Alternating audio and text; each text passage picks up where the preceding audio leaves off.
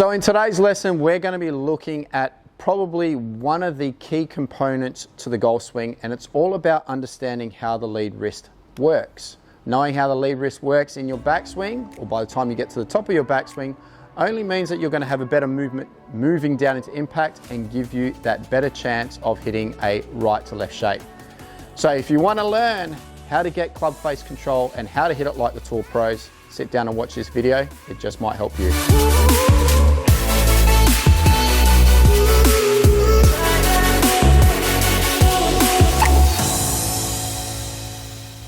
Now, if you're new to the channel, please consider hitting the subscribe button. It's completely free to do. Make sure you like it, make sure you share it, and then make sure you hit the bell because that gives you a notification of when my next video is coming out.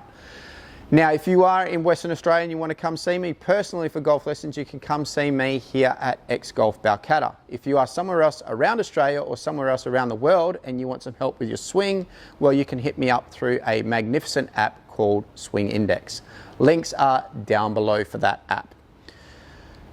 So today we're talking about the lead wrist and its importance moving down into impact. The better we can get our wrist position coming down into impact, the more likelihood that we'll have a square club face and the more likelihood we're going to hit much better shots. The one thing that we do see common, or most in common with club golfers, is this word of having a cupped lead wrist. Now, the more we cup the lead wrist, the more open the club face is. Now, if we have that sort of wrist and that sort of club face at the point of impact, well, we're going to hit a lot of left to right shots. And no golfer likes hitting slices. Everyone wants to hit a draw. So we need to understand how to get this lead wrist into control and understand the feels that you require to get yourself into what we would call a flat lead wrist position. Now, grip is also important because that plays an important factor. So links down below to a grip video that I have. But what you need to understand is when we address the golf ball, we have what we would call a natural cupping of the lead wrist. By the time we get to the top of our backswing, we want to turn this cup into a flat wrist. So when we get to the top, we want to have a flat wrist. If we can get ourselves into this position, it will mean the club face is square at the top of our swing.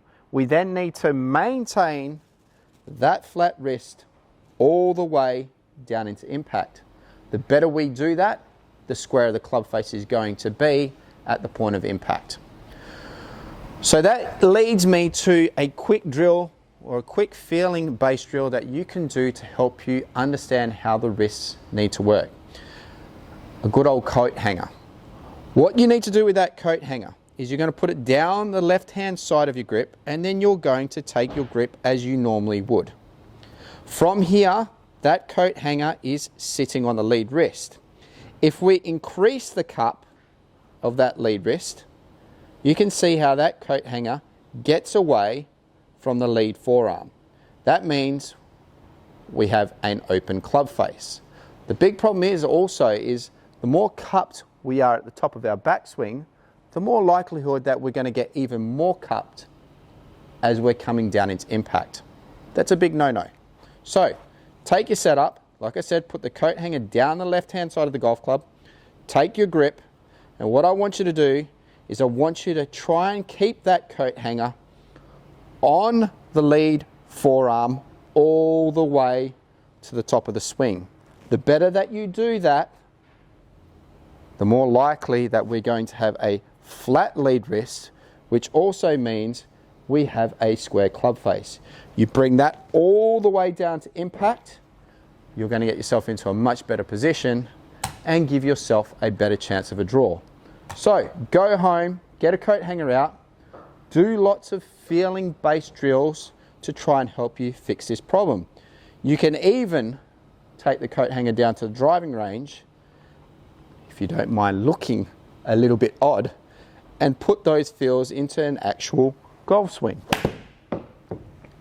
It will feel extremely awkward at first, but the better you train that drill, the better you understand how the wrists need to work, the better chance you're going to have of hitting effective shots.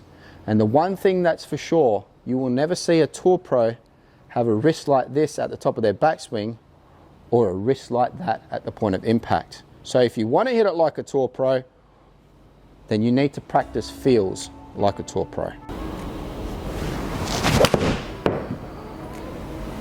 Try that one out next time you're trying to remove that slice from your golf game, and I'm sure you'll start to see a much more effective shot shape. Anyway guys, thanks for watching. Make sure you like, subscribe, hit the bell, and we'll see you next time on ND Golf.